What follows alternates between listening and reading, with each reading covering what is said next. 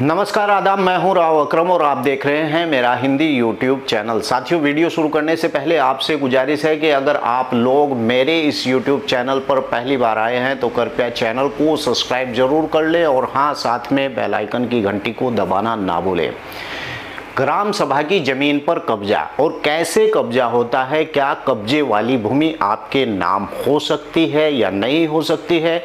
और जब भी मुझे किसी प्रकार का कोई कॉल आता है तो हर बार यही बात जानी जाती है कि अकरम भाई, अगर ग्राम समाज की ज़मीन पर कब्जा कर रखा है तो क्या ऐसी ज़मीन पर कब्जा करने के बाद वो भूमि आपके नाम हो सकती है।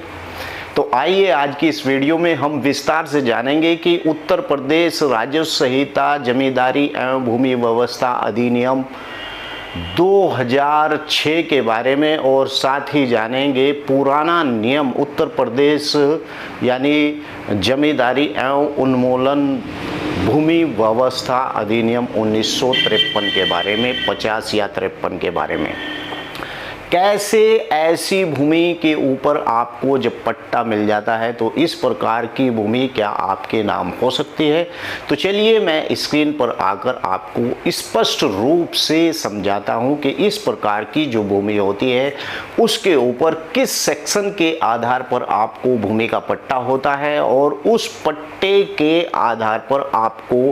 कैसे उस भूमि के ऊपर मालिकाना हक मिलता है। तो चलिए मैं आपको लेकर के चलता हूं। तो जैसे कि मैंने आप लोगों को जानकारी दी है कि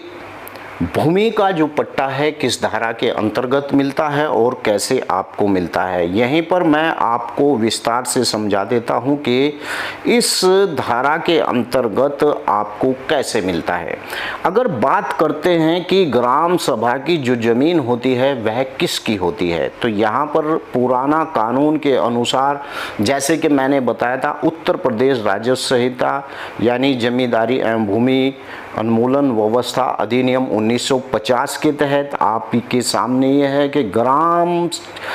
पंचायत ग्राह या ग्राम सभा के जो चिन्हित होती है सेक्शन 117 के अंतर्गत आपको उस भूमि के अंदर जो है भूमि का पट्टा यानी उपलब्ध होता है, और साथ ही वो भूमि से पता चलता है कि ये ग्राम सभा की भूमि होती है। और नया कानून यानी राजस्व संहिता 2006 ग्राम पंचायत या फिर राज्य की निहित सेक्शन 59 के अंतर्गत यानी भूमि के पट्टे का पूरा विवरण दिया होता है, और वहीं पर पता होता है कि ये भूमि आखिर किस प्रकार की भूमि है, पट्टा कौन देता है। सबसे बड़ी बात तो यही है कि पट्टा अगर आपको भूमि का ग्राम पंचायत के अंदर मिलता है तो भूमि प्रबंधक समिति, जिसे एलएमसी भी कहा जाता है, और एसडीएम के माध्यम से आपको पुराने नियम में भी यही है और ऐसे ही नए नियम के अंतर्गत भी यही मामला है कि आपको भूमि का पट्टा एलएमसी या फिर एसडीएम के माध्यम से आपको भूमि का पट्टा मिलता है। यहीं पर अगर बात करें पट्टा किस धारा में होता है, तो पुराने कानून के अनुसार यानी 198 सेक्शन के अंदर पूरा इसका ब्यौरा दिया गया है, और साथ ही नए नियम के अनुसार धारा 67 और धारा 74 के अंदर इसका पूरा वर्णन दिया गया है कि किस प्रकार से आपको कौन सी धारा के अंतर्गत भूमि का पट्टा यानी मिलता है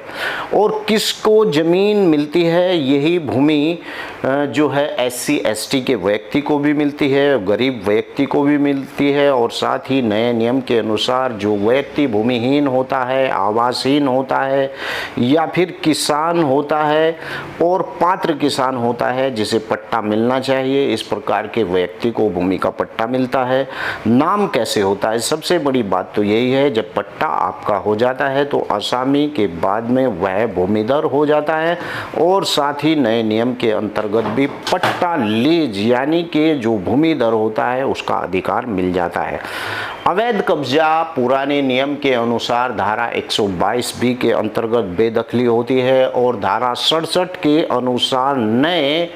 कानून के अंतर्गत यानी जुर्माना भी लगता है और पट्टा निरस्त भी होता है। यहीं पर सार्वजनिक उपयोग की जो भूमि है पट्टा उसका बिल्कुल भी नहीं होता है, जो पुराने कानून के अनुसार है और नए कानून के अनुसार भी उस व्यक्ति को पट्टा नहीं मिलता है जो सार्वजनिक उपयोग की भूमि होती है। जैसे तालाब, शमशान, इस प्रकार को जो भूमि होती है उसका पट्टा भी नहीं दिया जा सकता है। दोनों कानून के अंतर्गत यही होता है और पट्टा रद्द यानी नियम का उल्लंघन अगर आप करते हैं तो पुराने नियम के अनुसार भी आपका पट्टा रद्द हो सकता है और नए नियम के अनुसार भी आपका पट्टा रद्द हो सकता है। अगर यहीं पर मैं बात करूं, उत्तर प्रदेश जमींदारा आभूषण एंड जो है लैंड रिफॉर्म्स 1900 एक्ट 1950 धारा 117 के अधीन ग्राम सभा में भूमि चिन्हित होती है और धारा 198 के अनुसार पट्टा होता है। धारा 122 भी अगर पट्टा अवैध होता है तो उसकी बेदखली होती है। यहीं पर उत्तर प्रदेश राजस्व संहिता के अनुसार ही सब नियम उसी प्रकार से हैं, लेकिन इसमें धारा 59 के अनुसार ग्राम सभा की जो जमीन होती है वह ग्राम सभा के अधिकार में होती है और धारा 67 के अनुसार अवैध कब्जा हटाया जाता है और धारा 74 के अनुसार पट्टा आवंटन होता है और धारा 77 के अनुसार भूमिहीन पट्टे के ऊपर यानी कि मालिकाना अधिकार प्राप्त होता है। तो इस प्रकार की धाराओं के अनुसार ये सब मामला उत्तर प्रदेश राजस्व संहिता के अंदर दिया हुआ है। ये थी जो मैंने आपको कुछ ऐसे सेक्शन बताए हैं जो उत्तर प्रदेश राजस्व संहिता और उत्तर प्रदेश जमींदारा उन्मूलन एवं भूमि व्यवस्था अधिनियम 1950 के अनुसार दिए गए हैं।